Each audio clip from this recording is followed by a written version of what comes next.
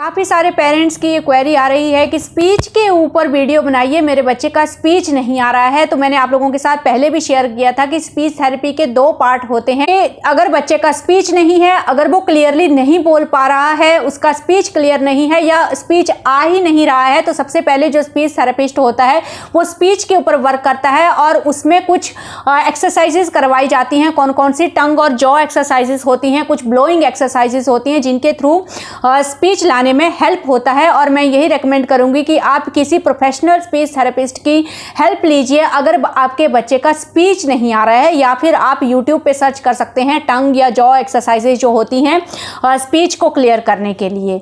मैं आपको यहाँ पे वो एक्सरसाइजेज नहीं बता सकती हूँ बिकॉज अर्नब को स्पीच में कोई प्रॉब्लम नहीं था, अर्नब का प्रॉब्लम था लैंग्वेज उसकी डेवलप नहीं हो रही थी और वो आज भी नीड बेस्ड लैंग्वेज के साथ ही है। बिकॉज मैं उन एक्सरसाइजेज को हो सकता है करेक्ट वे में आप लोगों के साथ शेयर ना कर पाऊं, इसलिए मैं आपको रेकमेंड कर रही हूं कि आप किसी स्पीच थेरेपिस्ट की हेल्प लीजिए। अब बात करते हैं लैंग्वेज डेवलपमेंट। अगर आप घर पे ही कर रहे हैं, आपके बच्चे का स्पीच है वो वर्ड्स वो मीनिंगलेस वर्ड्स को बोलता है, सेल्फ टॉक करता है, यूकुलेलिया करता है, राइम्स को गुनगुनाता है, तो इट मीन्स आपके बच्चे का स्पीच है। और जब घर पे आप अपने बच्चे की लैंग्वेज डेवलपमेंट के ऊपर काम कर रहे हैं, तो मैंने आपसे पहले भी शेयर किया था कि लैंग्वेज डेवलपमेंट करने के लिए 4 स्टेजेस होती हैं, जिसमें सबसे पहले हम वोकैबुलरी के ऊपर वर्क करते हैं, फिर फ्रेज स्पीच के ऊपर वर्क करते हैं, यानी कि 2 वर्ड्स के छोटे छोटे जो सेंटेंसेस होते हैं वो हम सिखाते हैं। उसके बाद हम थोड़े लॉन्ग सेंटेंसेस सिखाते हैं और फिर हम ब्रीफिंग के ऊपर जाते हैं, यानी कि हम बच्चे को सिखाते हैं कि जो कुछ भी वो ऑब्जर्व कर रहा है या उसके सामने कोई हमने विजुअल रखा है, कोई सीन रखा है, पार्क का सीन है, मार्केट का सीन है, तो बच्चा उसको छोटे छोटे सेंटेंसेस में डिस्क्राइब कर सके जो भी वो कुछ देख रहा है। और सेम वो डेली लाइफ में भी कर सके, जब वो बाहर घूमने जाते हैं तो वो थोड़ा थोड़ा डिस्क्राइब करना सीखे कि वो क्या ऑब्जर्व कर रहा है। और उसके बाद हम लास्ट पार्ट होता है क्वेश्चन आंसरिंग, लॉजिकल रीजनिंग, फिर हम उसके ऊपर जाते हैं। तो इसके ऊपर मैंने ऑलरेडी एक डिटेल्ड वीडियो शेयर किया हुआ है, उसको आप चेक कीजिए मेरे प्रोफाइल के ऊपर। और आज बात करेंगे इनिशियल स्टेज, जब हमें अपने बच्चे की वोकैबुलरी के ऊपर वर्क करना है तो सबसे पहले हम लोग फ्लैश कार्ड्स को यूज़ करते हैं। विदाउट विजुअल आप अपने बच्चे की लैंग्वेज डेवलपमेंट के ऊपर काम नहीं कर सकते हैं। विजुअल तो आपको यूज़ करने ही पड़ेंगे, विजुअल की हेल्प तो लेनी ही पड़ेगी आपको। सो फ्लैश कार्ड्स ही रेकमेंड किए जाते हैं फर्स्ट पार्ट को अचीव करने के लिए, यानी कि जो वोकैबुलरी का पार्ट होता है उसके लिए हमें फ्लैश कार्ड ही यूज करने होते हैं। क्यों? क्योंकि फ्लैश कार्ड के ऊपर ओनली 1 ऑब्जेक्ट होता है एट ए टाइम, जिससे बच्चा जो है वो डिस्ट्रैक्ट नहीं होता है। इसलिए वोकैबुलरी को अचीव करने के लिए हम लोग फ्लैश कार्ड का यूज करते हैं। फ्लैश कार्ड यूज करने का इनिशियल स्टेज में एक और बेनिफिट होता है कि उसके थ्रू हम लोग कुछ एक्टिविटीज करवा सकते हैं। लाइक जब हमारा बच्चा इनिशियल फेज में होता है, 2 साल 3 साल का बच्चा है, तो उसका जो अटेंशन होता है, लिसनिंग स्किल होती है, वो बिल्कुल पुअर होती है, बच्चा ध्यान ही नहीं देता है। तो फ्लैश कार्ड के थ्रू हम कुछ एक्टिविटीज करवा सकते हैं। जैसे जब आपने ऑब्जेक्ट आइडेंटिफिकेशन सिखा दिया फ्लैश कार्ड के थ्रू, तो 3-4 फ्लैश कार्ड बच्चे के सामने आप रख के उसको बोल सकते हैं कि इन कार्ड्स में से मुझे मैंगो ढूंढ के दो, इन कार्ड में से मुझे बनाना ढूंढ के दो, या आपने नंबर कार्ड्स रखे हैं उसका आइडेंटिफिकेशन करवाया है तो मुझे 3 नंबर ढूंढ के दो। तो इस तरह से ये एक अटेंशन एक्टिविटी हो गई। जब बच्चा अब शुरू में क्या होगा, आप बच्चे को कमांड दोगे मुझे मैंगो ढूंढ के दो, बच्चा थोड़ा ध्यान देगा लेकिन फिर भूल जाएगा कि मुझे क्या ढूंढने के लिए बोला था।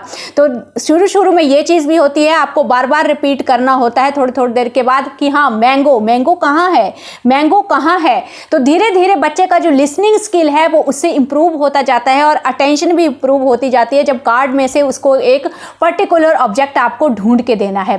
एक और एक्टिविटी करवा सकते हो, बहुत सारे डिफरेंट कैटेगरी के कार्ड्स जब आप मिक्स करके दोगे बच्चे को, आप सॉर्टिंग एक्टिविटीज उसमें से करवा सकते हो। आप बच्चे को बोलोगे कि इन सभी कार्ड्स में से मुझे जो फ्रूट्स के कार्ड्स हैं वो आपको अलग करके देने हैं। तो ये एक सॉर्टिंग एक्टिविटी हो गई। अगेन इससे आप बच्चे के अटेंशन के ऊपर काम कर रहे हो, लिसनिंग स्किल के ऊपर काम कर रहे हो। बच्चा आपकी कमांड फॉलो कर रहा है तो कमांड फॉलोइंग के ऊपर भी काम हो रहा है, और साथ ही साथ उसकी मेमोरी जो है वो भी इंप्रूव हो रही है। तो ये जो मेरे हाथ में बॉक्स है इसमें आपको 104 कार्ड्स मिल जाते हैं, जिसमें alphabets, numbers, fruits and vegetable, colours and shape, ये सारे कार्ड्स इसमें होंगे। तो इनके थ्रू आप ये सब एक्टिविटीज करवा सकते हैं। पहले आप तो सबसे पहले आप पैकेजिंग देखिए। पैकेजिंग बहुत ही ब्यूटीफुल है, इजीली पोर्टेबल है, कहीं भी कैरी कर सकते हैं आपको। और इस बॉक्स में आपको मिल जाते हैं 104 डबल साइडेड फ्लैश कार्ड। तो इस तरह की ये पैकेजिंग है। यहाँ पे आप सब कुछ रीड कर सकते हैं क्या क्या बेनिफिट्स हैं छोटे बच्चों के लिए जब हम फ्लैश कार्ड्स को यूज करते हैं। Engage multiple senses, improve object and pattern recognition, enhance memory, expand vocabulary, encourage self reflection, convenient and portable. कुछ इस तरह की पैकेजिंग है। यहाँ पे आपको 4 कैटेगरीज मिल जाती हैं। कौन कौन सी? Alphabet, fruits and vegetables, numbers, colours and shapes. और हर बॉक्स में आपको 26 कार्ड यहाँ पे मिल जाते हैं। कुल मिला के जो नंबर ऑफ कार्ड्स हैं सभी बॉक्सेस में वो बहुत ज्यादा है यहाँ पे। सबसे पहले हम लोग देखते हैं अल्फाबेट फ्लैश कार्ड्स को।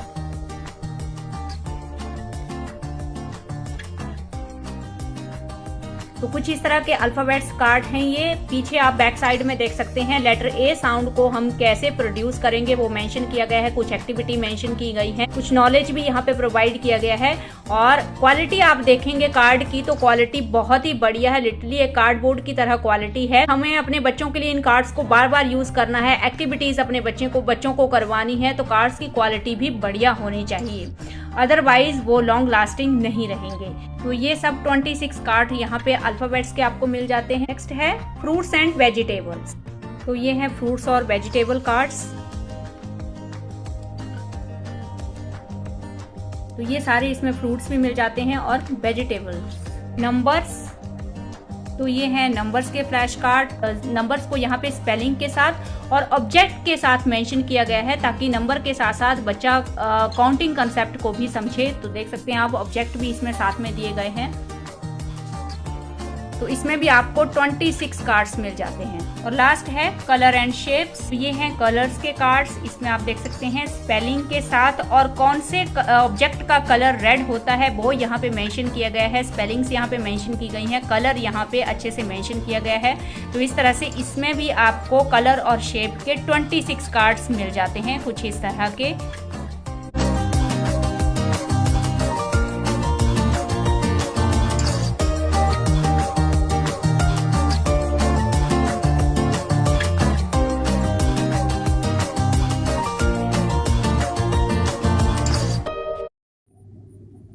अगर आप इन कार्ड्स को परचेज करना चाहते हैं तो कमेंट सेक्शन में आप लिंक टाइप कर सकते हैं और कमेंट सेक्शन में ही मैं इन फ्लैश कार्ड का लिंक भी आपको प्रोवाइड करवा दूंगी। So thank you for watching this video.